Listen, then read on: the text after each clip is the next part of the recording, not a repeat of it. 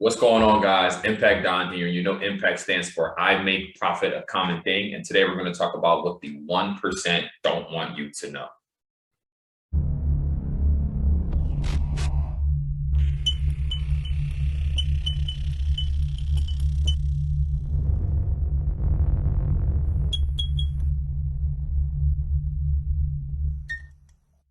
All right, guys. So I'm excited to get into this concept today because it's interesting. When I really started to get into personal development and started to just be in different circles, I started to notice certain things and things that certain individuals were doing and that other people were not, and where the trajectory of their lives were, what kind of hope plans it is that they have for their future, and what kind of resources that people were leveraging to be able to do certain things that is they want in their life. So this concept that we're going to talk about today is compound interest. Okay, so we're going to talk about compound interest because a lot of people, I know for me personally, I had never even heard the term, even though I was actively paying it to other people before I really got an understanding on this. And Albert Einstein says that that compound interest is the eighth wonder of the world. You've heard people say that there's seven wonders of the world. Albert Einstein says the eighth wonder of the world is compound interest, and that he who understands it earns it, and that he who doesn't understand it pays it. So I'll talk about this in the concept of what the wealthy don't want you to know is that, one, we don't really think about in the ways that most of us are actively paying compound interest right now. Example, so if you bought a home, you have a 30-year mortgage, you're paying compound interest to the bank. What does that mean? So let's say they loaned you, the bank gave you $300,000 to be able to get a home. You got the house, you have your monthly payments of whatever it is, your monthly payment is. Over the course of 30 years, if you pay your monthly payment at the bare minimum, whatever that is, over the course of 30 years, you're going to end up giving the bank back much more than $300,000. Actually, I remember my first house, we spent, I think it was like $330 on it. We got from the bank. Our monthly payment was like $1,800, $1,900. And then from there, if I paid that $1,900 a month over the course of 30 years, I would end up giving the bank back almost $500,000. So they made $170,000, $180,000 off of us over the course of that time. And we're satisfied because we have the house, but in reality, they're making a killing off us on the back end. Same thing with your car, same thing with school loans and like, those kind of situations. The only loans a lot of times that are really beneficial for the average person is business loans. And that's why you need to really get into this another top 1% conversation about how you need to have an LLC, have business bank accounts, be able to document transactions going into that account so that way you can get other people's money and be able to leverage from that point. But just as a consumer, credit cards, those kind of things are all having compound interest point negatively against you. You are paying those things out. There's a reason that they're willing to give you that money, and that's because they are earning compound interest off of you on the back end.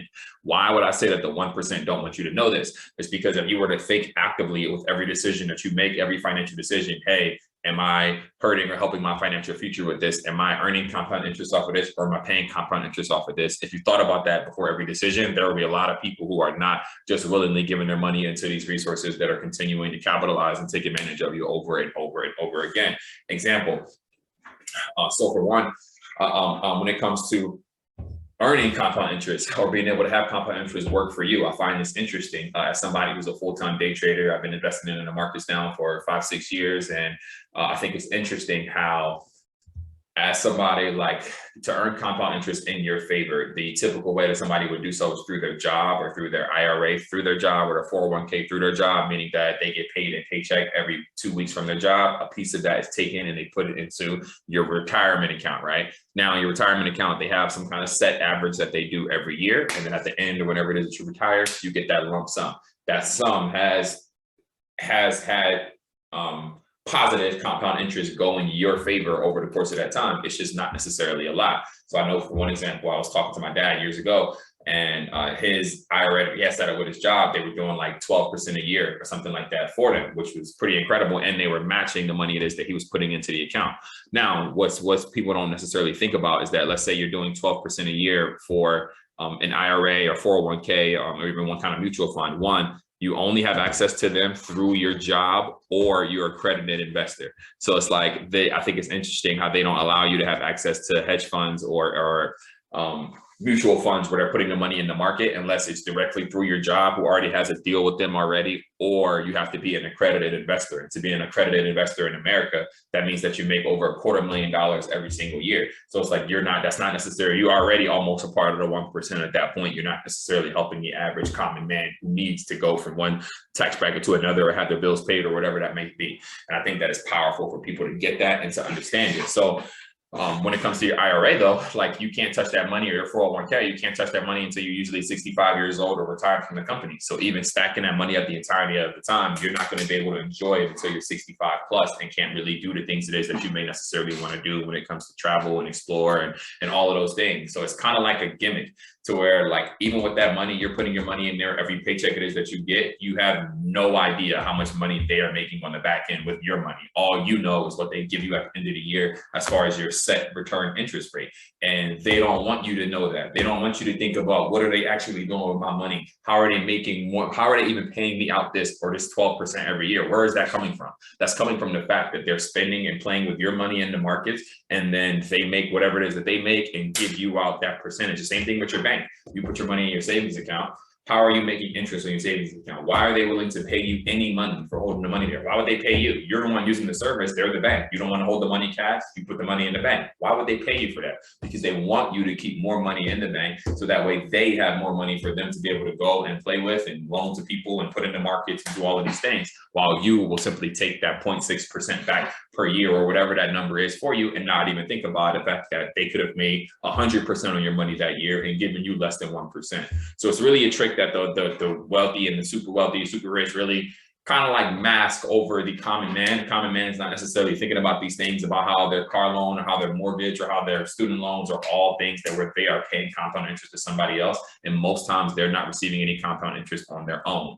Now, when it comes to this, I like to go over this example and show this just to give people a basis and a start to how powerful compound interest is and how powerful it can be working with a company like Avoria Prime. So let's say you were to start an account today with $500 and you don't add any money to it. I want to talk about a 5-year game plan. So we're talking about 60 months, okay? From $500 today, 60 months from now, 5 years. That 5 years is coming no matter what. It's 2022. We're talking about 2027. This access to be this money being accessible to you.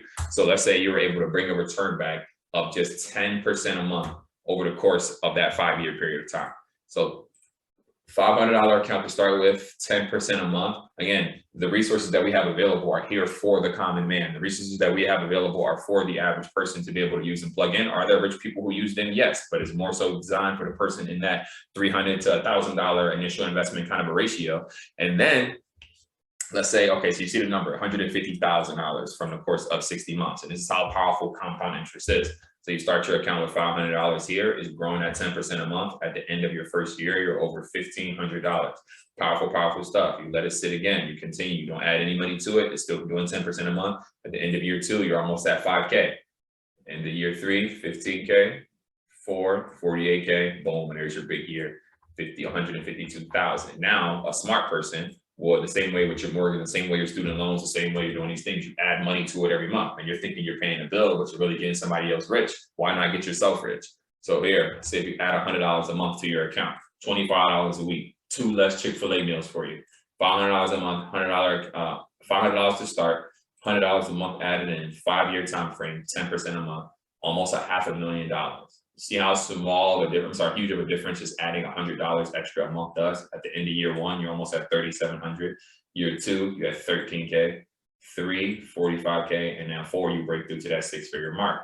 And this is just very, very powerful stuff and concepts that people don't think about. And through the platform of Warrior Prime, there's enough services to where you have to, you're not giving anybody it is your money. You're using and leveraging these tools and resources to be able to compound your own money, to be able to compound your own wealth. Somebody asked me, is it even possible for products to do that? Absolutely, it's possible for them to do that.